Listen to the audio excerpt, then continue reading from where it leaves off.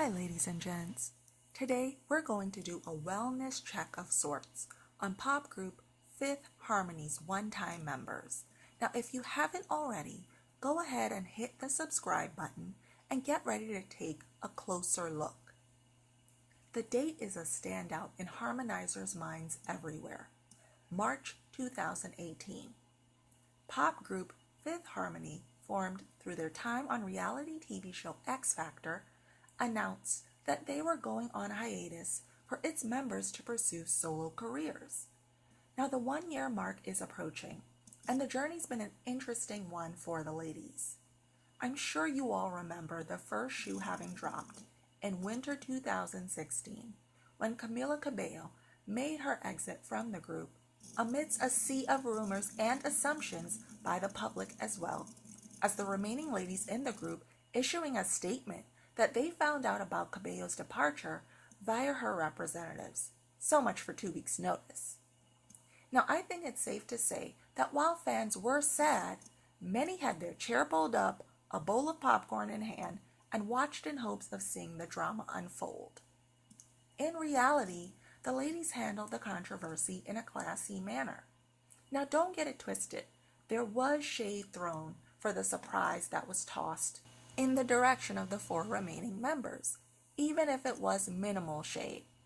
Remember the infamous 2017 VMA performance where a fake Camila was essentially blown off stage as members Ali, Normani, Dina, and Lauren, carried on with their routine.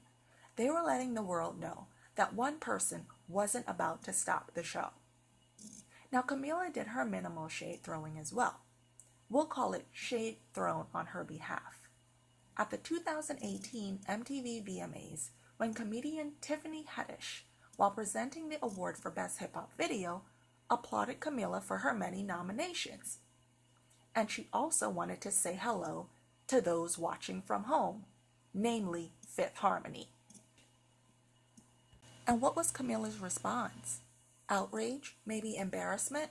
No, just a chuckle, or a checkmate if you will, giving the ladies a little bit of what was dished her way at the same venue a year before. Now, even though rapper Nicki Minaj would make it clear that while Normani was not to be messed with in response to Tiffany Haddish's dig, all in all, none of the feuding got out of control. So now that it's 2019, how do all of the ladies stack up in their pursuit of solo success? Given the most recent release from the former members is the single Waves by Normani, we'll go ahead and start with her. Now, once everyone heard Love Lies, the single that included Normani and Khalid that was featured on the soundtrack for the movie Love, Simon, it was no surprise to see the song rise up the charts, ultimately reaching number 9 on the Billboard Hot 100. And you all, that's not just a random stat. The Billboard Hot 100 is the chart of all music charts, and tons of records come out every day. Most will never chart significantly, and hell, some will never even make it to your local airwaves. The track was laid back R&B at its finest, and we got to see Normani in a grown and sexy vibe that we just didn't get to see with her while she was in a pop group. Next would come the EP with superstar DJ and producer Calvin Harris. Now this was a project that Calvin initiated with Normani. Now the EP itself featured 2 songs, Checklist, which has a fire Afropop vibe, and it features a Nigerian singer by the name of Wizkid. Now the second song is Slow Down, and it also has a nice dance vibe to it. So if you all have not checked out those 2 songs, please do so. You are definitely missing out musically, especially if you have not heard the song Checklist. And yes, there were even more collaborations in store for Normani. We saw her team up with Sam Smith for the feature on Sam Smith's non-album single, Dancing with a Stranger. Normani's sultry voice, paired with Sam's deep tone, is soul pop perfection, you all. And recent single, Waves with 6 Lack, is ambient R&B perfection. The song has a nice vibe to it, and it takes you on the emotional roller coaster that Normani is singing about. And guess what? Normani is actually set to join what will likely be one of the biggest tours this year, Ariana Grande's Sweetener Tour. So it's safe to say Normani is making so many inroads on her solo journey, and it appears success is likely to continue.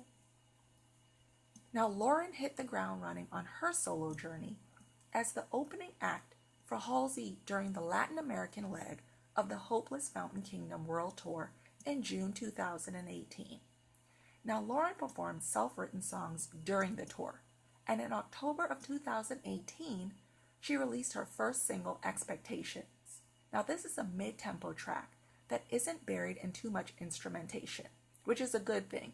It allows Lauren's vocals to shine. And the song went on to peak at number 48 on the Billboard Hot 100 charts. Now, Lauren's latest single, More Than That, which came out at the start of 2019, has a dark, hypnotic vibe with a nice beat to it.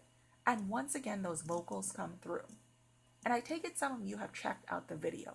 Honey, let's just say, Lauren kept things stripped down. Now, the video is supposed to be inspired by the ancient Greek goddess Aphrodite, so she definitely hit the mark with that. The song itself definitely gives female empowerment vibes, and Lauren is definitely proving that she has the chops to really do something big in the music game. Now, Dinah Jane went on to sign with L.A. Reid's Hitco Entertainment, and her debut single, Bottled Up, came out in September of 2018. Now, the song featured rapper Ty Dolla $ign and singer Mark Bassey. And considering that rapper Ty has worked with Fifth Harmony in the past, I'm sure there was an existing comfort level there already. And you can certainly hear that in the music. Now, as for the song itself, it has a really nice R&B slash tropical feel. And in a radio interview, Dinah Jane said of the lyrics, "It's about someone who has a hard time sharing their emotions, so they bottle up their feelings and they turn to smoking and drinking because, well, that's the only way they're going to get it out."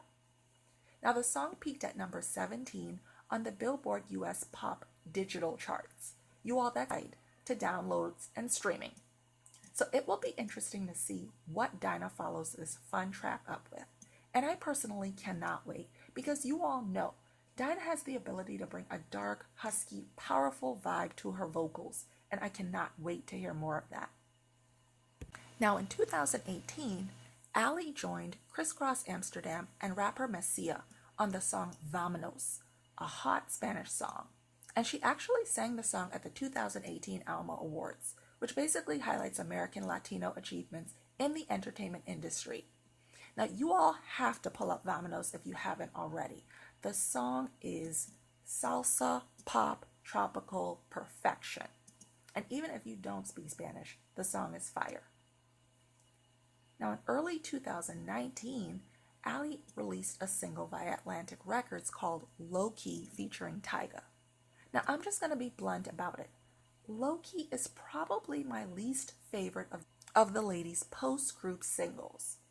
The song has a pop beat, which is all well and fine, but it's the addition of the other instrumentals that sound more suited for someone ballroom dancing to the tango, or better suited for background music in a suspense scene in a movie that just kind of throw things off. And even with Tyga's rap on the song, it just doesn't do anything for Ali. Now, I know everyone's watching closely, and we're all rooting for Ali. We know she certainly has the potential to do really big things. Lastly, but far from least, is Camila Cabello, who is definitely a certified pop star at this point.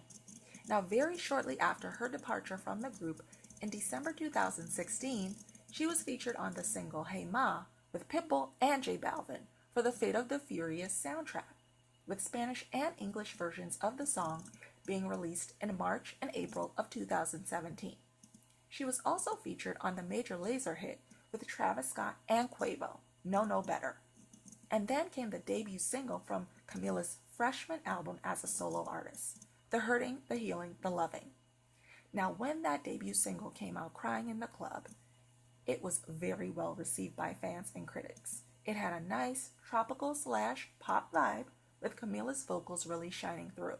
It's definitely one of my favorite songs from 2017. And the song actually peaked at number 47 on the Billboard Hot 100 charts. Now, Camila went on to join Bruno Mars' 24 Karat Magic World Tour as an opening act for several of the tour dates. And while this was plenty to celebrate, Camila actually had to contend with constantly having to field questions about her decision to leave the group Fifth Harmony. Now, Camila would finally become transparent about what went on. She would go on to share that apparently her 2015 collaboration with Shawn Mendes while she was in the group, along with writing sessions with well-known producers, caused some tension in the group, and it left Camila in a tough position. She faced the hard question of whether or not to put her solo aspirations on the back burner to keep the peace with her bandmates. Now, clearly we know that Camila took another route, and in August 2017, she released Havana, and the Latin and pop-themed hit spent actually 7 weeks at the top of the U.S. mainstream top 40 airplay chart, and it was number 1 on the Billboard Hot 100 charts. Honey, that's the chart of all charts, if I haven't emphasized it already. The song became Spotify's most streamed song ever by a solo female artist in June 2018, with over 888 million streams at the time, and the accolades continued to pour in. The song took home the Video of the Year award at the 2018 MTV VMA Awards. It also took home a Teen Choice Awards and several American Music Awards, and Camila was nominated for a Grammy. Now, just to add a cherry on top, Camila's 2018 tour, Never Be the Same, sold out within 24 hours. So I'll go ahead and say what actually doesn't even need to be said. Camila is absolutely flourishing on her solo journey. So that is the rundown, my friends. So tell me in the comments below, how do you think the ladies are doing on their solo journeys? Do you think the group will define music group history with all 5 having successful solo careers? And also, do you think it's really a hiatus and they will all actually come back together again? Again, let me know in the comments below. And if you have not already, go ahead and hit that subscribe button and also give me a thumbs up. Thanks a lot.